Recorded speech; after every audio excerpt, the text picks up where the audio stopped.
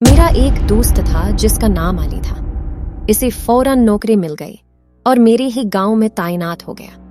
गांव से थोड़ी फासले पर एक बहुत बड़ा और पुराना मकान था जो कई सालों से बंद था।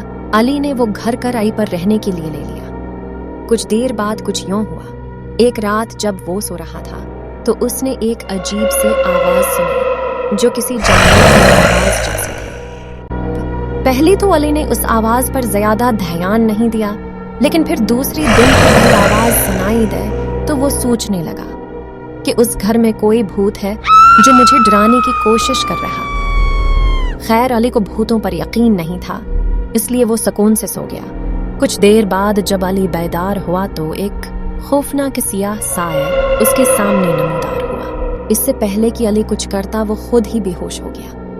चंद घंटों के बाद जब असा होश आया तो वो बनार के मालिक के पास भागा और सारा वाक़या सुनाया। तब मालिक ने अली को बताया कि हमारी घर की बालाई मंजिल में एक भूत रहता है। कई साल पहले उस गांव के कुछ लोगों ने उसके साथ बदतमीजी की थी और इसे मार डाला था। इसके बाद उसके लाशें नहीं मिली। बहुत से लोगों का ये भी कहना था कि रात को इस रास्ते से कोई गुजरता तो भूत उसे डराता और कई दिनों तक उसका पीछा कर लेता, लेकिन अभी तक उसे किसी ने नहीं देखा। कभी कभी उसके खौफनाक आवाज सुनाई देती है। एक रात अली घर जा रहा था तो उसे कोई उसका पीछा करता हुआ महसूस हुआ, लेकिन वहां कोई नहीं था। दीवार की तरफ देखा तो देखा कि घर के तमाम दीवारों और दरवाजों पर जानवरों की तरह कुछ निशानात थे और बहुत से चीजें बगैर किसी वजह की मुख्तलिफ जगहों पर रखी हुई थी। इसने पहले कभी वहां ऐसा कुछ नहीं। फिर एक रात कुछ ऐसा हुआ जिसने उसकी रूह को हिला कर रख दिया। अली अपने घर में अकेला सो रहा था, तभी उसे एक डरावनी आवाज सुनाई दी। अली बेदार हुआ और अधर अधर देखने लगा कि इतनी डरावनी आवाज किसकी है, लेकिन कोई नजर नहीं आया और थोड़ी ही देर में वो बार बार सुनाई देने लगी। अली ने जल्दी से अपने कमरे की लाइट ऑन की और देखा कि एक बहुत ही खौफनाक मंजर अपने सामने खड़ा उसे घूर रहा है। अब अली खौफ से कांपने लगा और उसकी आवाज भी निकलना बंद हो गई। खुदारा, अब मेरी मदद करो। इसने देखा कि एक शख्स कमरे के बीचों बीच बहुत लंबा और खौफनाक जिस्म वाला खड़ा है। उसके बाल सफेद और दूध की तरह लहराते थे और दोनों आंखें खून आलूद थीं। इसकी हालत इस बगड़ गई जब उसने अचानक अपने सामने भूत को खौफनाक शक्ल में देखा।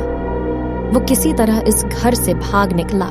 इसने बार बार पैछी मड़ कर देखा, लेकिन कुछ नहीं था और उसके जहन में भूतों और अजीब व गरीब चीजों की तस्वीरें आने लगी। हकीकत जानने के लिए उसने दोबारा उस कमरे में जाने का फैसला किया, लेकिन इस बार वो अपनी दोस्त को साथ ले गया। वो दोनों दोबारा इस घर पहुंची और कमरे की लाइट ऑन कर दी। इस बार उसने घर में पहले से ज्यादा खौफनाक मंजर देखा। दीवार पर कुछ अल्फाज और तस्वीरें लिखी हुई थीं जो उसे अजीब लगी। फिर उसने घर की एक कोने में लोहे का एक बड़ा संदूक देखा। जब उन्होंने वो डब्बा खोला तो उन्हें एक खौफनाक चीज नजर आई। इस संदूक में शख्स की लाश पड़ी थी जिसका सिर कटा हुआ था। इस लाश को देखकर दोनों पहले से ज्यादा डर गए और इसे वहीं छोड़कर इस घर से भागने लगे।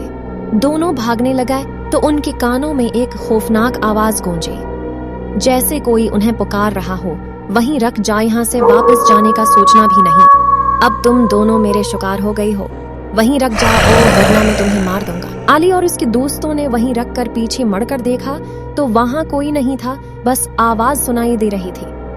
आगे क्या हुआ, उन्होंने एक दूसरे का हाथ थामा और भागते हुए इस घर से दूर कहीं रख गए। जल्द है सुबह हो गई। दोनों दोस्त गांव गई और डरती डरती तमाम गांव वालों को अपना वाक़ा सुनाया। उन्हें तंबिया की कि इस घर में गलती से भी कोई दाखिल ना हो।